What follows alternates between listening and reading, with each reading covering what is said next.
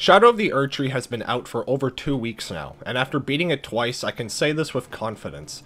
This is the best DLC I have ever played. Shadow of the Erdtree is a $50 DLC that has more content and replayability than a lot of full-price AAA titles out today. And I was absolutely blown away with the sheer size of the map, the new items and weapons, and of course its bosses. The boss fights in Shadow of the Erdtree were absolutely brutal in terms of difficulty. This is easily the hardest DLC From Software has ever made. So much so that people felt the need to review bomb the game and write salty articles about how unfair the DLC is. Stuff like this just amuses the hell out of me, but I'm getting off topic. Today we are going to be ranking the bosses in Shadow of the Erdtree from worst to best. Before we get started though, I want to lay out the criteria since ranking Elden Ring bosses can be a little complicated. And that's because there are a lot of boss fights in this DLC. If I'm not mistaken, there are 78 bosses in Shadow of the Erdtree. Yeah, that's a lot of boss fights. And just like the main game, a good chunk of them are just NPC fights or very tough reskins from the main game. And even if I were to narrow it down to just bosses that drop remembrances, that leaves out a lot of really cool bosses like Bayle and the Death Knight. So to keep it simple, this ranking will include every single remembrance boss with Jori the Hippo, the Death Knight, and Bayle the Dread as throw-ins. Everybody got that? Good. Now, without wasting any more time, here are most of the bosses in Shadow of the Erdtree ranked from worst to best. Every From Software game needs some kind of boss that summons add-ons, and in the DLC we get exactly that. Jori is just a very boring fight, especially when compared to his peers. To give him some credit, his attacks do decent damage, and it is possible to get swarmed by the add-ons and die if you're careless. But aside from that, this boss is easily one of the weakest in the DLC. A small HP pool and an unthreatening moveset makes him nothing more than a minor speed bump. Overall, a very unimpressive boss fight. Up next, we have the Golden Hippo. First of all, fuck this boss and his stupid fucking charge attack. Saltiness aside, this fight is okay. The first phase is mainly him flopping around, but once you get the dodges down, the first phase is rather easy. His second phase also comes with some dangerous moves, but once you get them down, the Hippo will be dead in no time. Also, fuck his charge attack. Sitting at the end of the Fog Rift Catacombs is the Death Knight. My first 10 seconds fighting this guy, I figured he'd be yet another easy and uninteresting boss just sitting at the end of a cave. And while he is easy when compared to the other bosses, that doesn't mean he's a pushover. He has a load of very threatening moves, which include an axe combo that can destroy your HP, and a grab where he steals your health. And when I say steal your health, I mean like literally half your fucking bar. Once you get his moveset down, he's a bit of a pushover, but I do appreciate the very threatening moveset and his really cool design, which puts him above Jori and the Hippo. From this point on, the bosses are starting to get really good. The Scadutree Avatar is one of the most unique bosses FromSoft has ever made. This boss is large and has a few threatening attacks, but once you figure out that his head takes massive amounts of damage, most would write this fight off as yet another easy throw-in boss. Well, it turns out there's a reason why the first phase is so easy, because there's a second phase. The second phase comes with a new charge attack, but the moveset and health pool stay relatively the same. His HP is still small, and as long as you minimize your flask use and land your dodges, you'll get through the first 2 phases with no problem. And then a third avatar emerges from the ground, and the low health pool suddenly makes sense. This is a 3-phase boss fight. His third phase comes with a massive AoE, but if I had to think of a problem with this fight, it's that his AoE is not only easy to dodge, it's very easy to punish. I love the idea of a low HP boss that gets new moves with every phase, but I only wish that the third phase came with an attack that was a bit more threatening. But aside from that, this is still a fun fight. Despite his low HP, he can still kill you easily if you're careless, but that one move in the third phase is enough to hold him back from a higher ranking. Now here's a boss that caught me off guard the first time I saw her. At first you may be intimidated by the size and grotesque design, but attacking her side and head is once again the golden rule. This boss comes equipped with various melee attacks, laser beams, and a second phase that comes with some very brutal moves, like a spin attack and of course the massive galvanizing laser.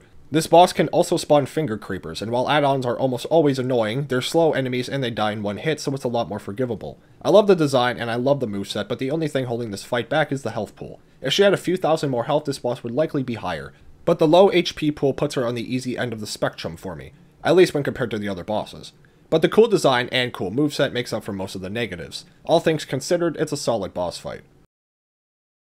I must admit, Gaius absolutely fucked me up when I fought him for the first time. First of all, fuck his fucking charge attack. I don't know what's up with him and the Hippo, but both of these charge attacks require frame-perfect dodges. Gaius is equipped with an armored boar and a spear, and if that wasn't enough, he also knows gravity magic. So the second phase comes with amazing attacks like him turning his boar into a torpedo. He has a ton of health and his attacks do a ton of damage.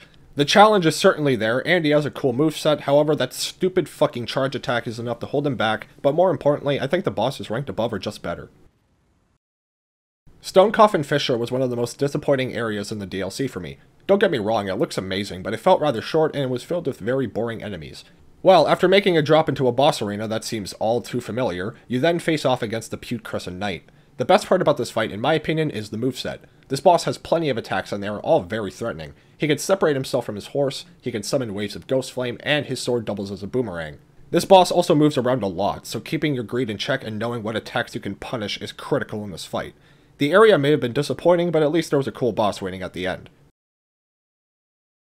This fight is a lot of fun. When compared to the other bosses in the DLC, this fight falls on the easy end, but she earns a few points for her moveset. While she isn't aggressive, her attacks can do some damage, especially in the second phase. Poorly timed dodges could mean getting caught in one of her combos, which could lead to your health bar being shredded, but with that said, this fight is just a tad too easy. Romina doesn't have a lot of health, and that comboed with her passiveness places her on the easy end of the bosses for me. However, that doesn't mean she's bad. She has a cool moveset and a cool arena, the only thing she was missing was the brutal challenge, but I still had fun fighting her, so it's hard to complain. The Divine Beast was my first Remembrance boss, so naturally this was one of the hardest fights in the DLC for me. No, seriously, this guy kicked my ass for a good 25 plus attempts. The problem I had in this fight was figuring out his attack windups. It took me a few attempts to realize that watching his mouth is the key to knowing what his next move is. This boss is also very mobile and can close the gap in a matter of seconds. The second phase of this fight is easily one of my favorite second phases. The lion during this phase alternates between lightning, ice, and wind attacks. The moveset stays almost exactly the same, but he does have some new attacks depending on what element he's using in that moment. Overall, I absolutely love this fight. He may have been the first boss, but he kicked my ass for a good bit. I liked his arena, I love his design, his moveset is very threatening, and he's a challenging fight. He may be the first boss you fight, but he's easily one of the best bosses the DLC has to offer. Rellana was my first major roadblock of the DLC. The Divine Lion kicked my ass for sure, but Rellana was fucking me up so badly I ended up taking a break. To cut to the chase, this fight is hard as fuck, and that's because of Rellana's aggression. Rellana is one of the fastest and most aggressive bosses in the DLC. Her combos are lightning quick, and she has various moves that can close the gap in the blink of an eye. The two swords and lightning fast combos may remind you of a certain somebody from Dark Souls 3, and once the boss hits phase 2, I audibly said, "Oh, I'm fighting Pontiff again." And yeah, this fight is basically Pontiff but in Elden Ring. However, instead of dealing with a clone, Rellana comes equipped with various magic attacks that can hit you anywhere in the arena, and her sword combos can shred even the tankiest builds. And of course there's the double moon attack, which spells certain death for most builds if you get hit by it. Overall, I love this fight. This is easily one of the hardest fights in the DLC. Her aggression and dangerous moveset makes her a frightening challenge for even the most experienced Souls player. And while I do think she's outdone by a few bosses, she still deserves a spot in the top 5. Messmer is the poster child of the DLC, so naturally there's going to be a lot of hype leading up to his boss, and it did not disappoint. This fight was probably the second hardest fight of the DLC for me. Messmer has a very large moveset, and similar to Rellana, he can use his very long weapon to close the gap in the blink of an eye. His combos are also very quick, and he has a ton of HP. The first phase is hard, but you can get it down. The strategy I employed was baiting the spear throw and the AoE slam, since they offered the largest attack window. Staying aggressive and dodging to his side is also critical since you won't get hit by his flame that spews out of his spear whenever he ends a combo. But once Messmer hits 50%, he crushes his golden seal and unleashes the Abyssal Serpent. In Messmer's second phase, he retains most of his moves, but now has various new attacks that are very scary the first time you see them. Most of these new attacks involve Messmer taking the form of a giant snake, and his attacks can stretch across the entire arena. These attacks are not only scary, they do a ton of damage. However, the snake attacks do come with a downside. The snake attacks offer massive windows for punishment if you're able to dodge them correctly. Once I stopped being a pussy and dodged the snakes head on, the fight became a lot easier, and after over 30 attempts, he was eventually defeated. Messmer checks almost every box. He has a ton of health, he has a very threatening moveset, he has 2 brutal phases that changes the fight drastically, and above all else, it was a really fun fight. It's honestly hard to find complaints about this boss. Messmer certainly lived up to the hype and delivered an amazing fight with a brutal challenge. After fighting and clawing your way through one of the most brutal areas From Software has ever made, you come face to face with the Lord of the Frenzied Flame. This is another boss that caught me off guard, and holy shit, this was a tough fight. Midra's moveset comes with everything from sword combos, madness-inducing lasers, and various AoE slams.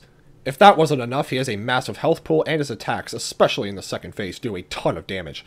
The second phase comes with some new attacks, mainly madness-inducing AoE explosions and lasers. Having some kind of madness resistance during this fight is not a bad idea. If the madness builds up all the way during this boss, odds are you're gonna die. Midra's moveset is very dangerous, but his sheer damage output is what makes him such a difficult fight. If the gameplay didn't make it obvious enough, I am a very aggressive player. I will happily trade with even the toughest of bosses, but trading blows with Midra simply didn't work. He forced me to play more passively, and actually choosing my attack windows instead of mashing R1 the moment I see an opening. Overall point is that Midra fucked me up, and the sheer difficulty of this fight is why I love it so much. The area may have been absolutely brutal, but at least there was a great reward waiting at the end. Dragon fights are a staple in From Software games. They always have been, and they always will be. And Bayle the Dread has an argument that he's the best dragon fight in any From Software game. Yes, the fight is that good. Before we talk about the actual fight, I want to quickly touch on Bayle's lore, because it's fucking cool as shit. Turns out Bayle had a scrap with Placidusix a long time ago, which explains why Placidusix is missing some of his heads. Bayle landed some good hits, but that doesn't mean he left the fight unscathed. If you take one good look at Bayle, you may notice a few things, like the fact that he's missing a leg, his wings are torn to pieces, and if you look closely, you can see the upper jaws of Placidusix's missing heads biting down into Bayle's neck. I absolutely love Bayle's design, and his lore is just badass. The fact that these two legendary dragons once fought and the remnants of their fight is still present after all these years is just super fucking cool to me. Now with that said, let's talk about the fight. Well, it's hard. Surprise, surprise. Bayle has everything you expect a legendary dragon to have. Fire breath, very painful combos, and a massive amount of HP. Bayle is also very aggressive and will be constantly bombarding you with melee attacks and fire breath, giving you very small healing windows. And once Bayle hits 50% HP, he enters his second phase, and it's easily one of the coolest second phases From Software has ever made. Bayle gets himself a set of magic wings, and his moveset gets even more dangerous. The arena also changes during his transformation, and it was incredibly fucking cool the first time I saw it. Bayle's second phase is absolutely brutal. It has exactly what you would expect. Various AoEs that do massive damage, new melee combos, and a fire breath attack that is insanely difficult to dodge. Now, before I say anything further about this fight, there's a certain someone that deserves to be mentioned. I am of course talking about Egon. Curse you, Bayle! I hereby vow you will rue this day. Behold, a true great warrior, and Egon, your fear made flesh. I will admit, I do not like summoning NPCs even for quest lines. I prefer to fight the bosses without summons, however Egon is one of the exceptions. Every time you talk to the guy, he's either sobbing on the ground or screaming at the top of his lungs about Bayle. So I was happy to oblige his request and summon him for the Bayle fight, and I'm happy that I did. Egon's battle cries during this fight are just so fucking cool. In the span of like 2.5 hours, Egon has already cemented himself as one of the best NPCs in any From Software game. Solid of jail you might be, foul dragon, but I will riddle with holes your rotten hide. With a hail of harpoons! With every last drop of my being! I'm yet to decide if I like this fight more than Metyr, but as of right now, it's a very close call. But with that said, the boss fight against Bayle the Dread is fucking amazing. I love his design, I love his arena, his second phase is easily one of the best in the game, and he's a very difficult challenge. He may not be number 1 on my list, but don't be mistaken, this is still one of the best bosses From Software has ever made.